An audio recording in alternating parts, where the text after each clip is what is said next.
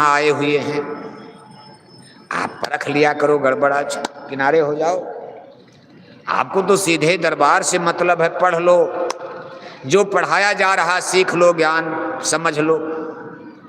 पूज महाराज जी आपको पढ़ा रहे, पढ़ लो आप। अब किसी ने आपसे झगड़ा कर दिया, भाग गए आप, महाराज जी ने तो कुछ कहा नहीं आपको, लेकिन ये मन है कि देखो यही मन तो गड़बड़ करता, सब मन ही है, मन उत्पात करता, मन ही तो सब बवंडर मचाए बैठा। कहा बड़ा बैरी ये मन घट में, इसी को जीतना कठिना, जिन्होंने मार मन डाला उन्हीं को शूरमा कहना। कहा ये मन ही सारे संसार में बवंडर बवाल। जब आप सत्संगी नहीं थे तब भी मन आफत करता था, सत्संगी बनने के बाद इतना ऊंचा ज्ञान, सत्संग के बाद भी मन चैन से नहीं रहने देता। कभी घर में झगड़ा, कभी गांव में झगड़ा, कभी परिवार में झगड़ा, कभी जातियों का झगड़ा, तब तक हिंदू मुसलमान का झगड़ा, और तब तक भारत पाकिस्तान का झगड़ा खड़ा हो गया। कहा भाई सब एक हो जाओ, हिंदू मुसलमान यादव ठाकुर सब एक हो जाओ, पाकिस्तान से लड़ना है, उठाओ बम तलवार। और जब वहां सीज फायर हो गया, कहा फिर आपस में अब लड़ाई शुरू हो गई।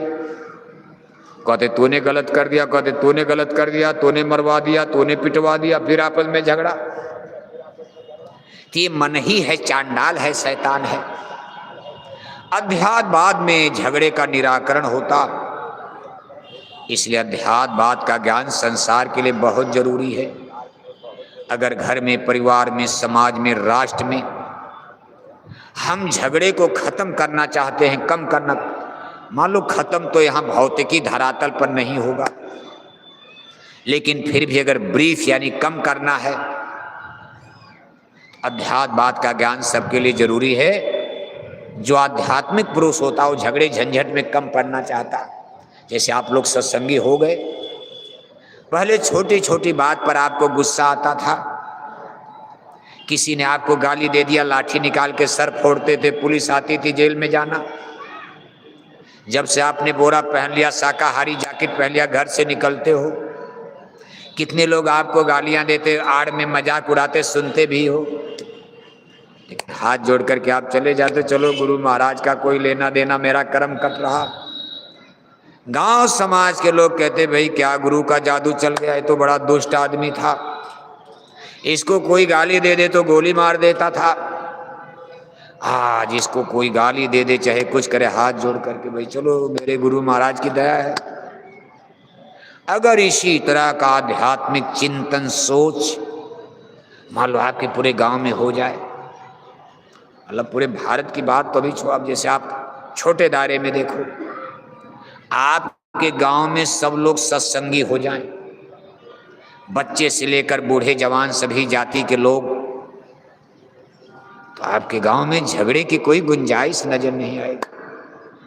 प्रधानी का चुनाव होगा, लोग कहेंगे निर्विरोध चुन दो इनको 5 साल, क्योंकि सत्संगी प्रधान बनकर के लूटेगा नहीं, कोई कमाई का लालच तो है नहीं।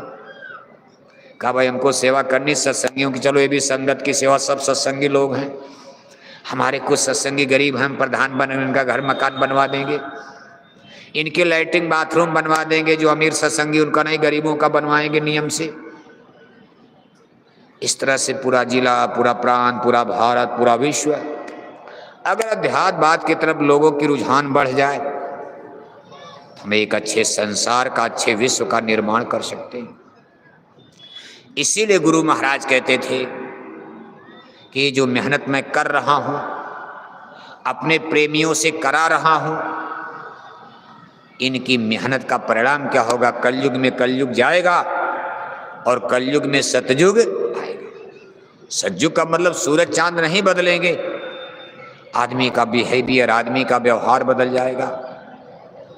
आधी रात के समय हमारी बहन बेटियां, किसी की बहन बेटी सोने चांदी के गहने पहनकर जंगल में अकेले जा रही, अगर कोई जंगल में पुरुष मिल गया, हाथ जोड़कर कहेगा देवी किस गांव की रहने वाली हो, अकेली जंगल में कहाँ जा रही, चलो मैं आपकी मदद करूंगा, मैं आपको घर तक पहुंचा दूंगा।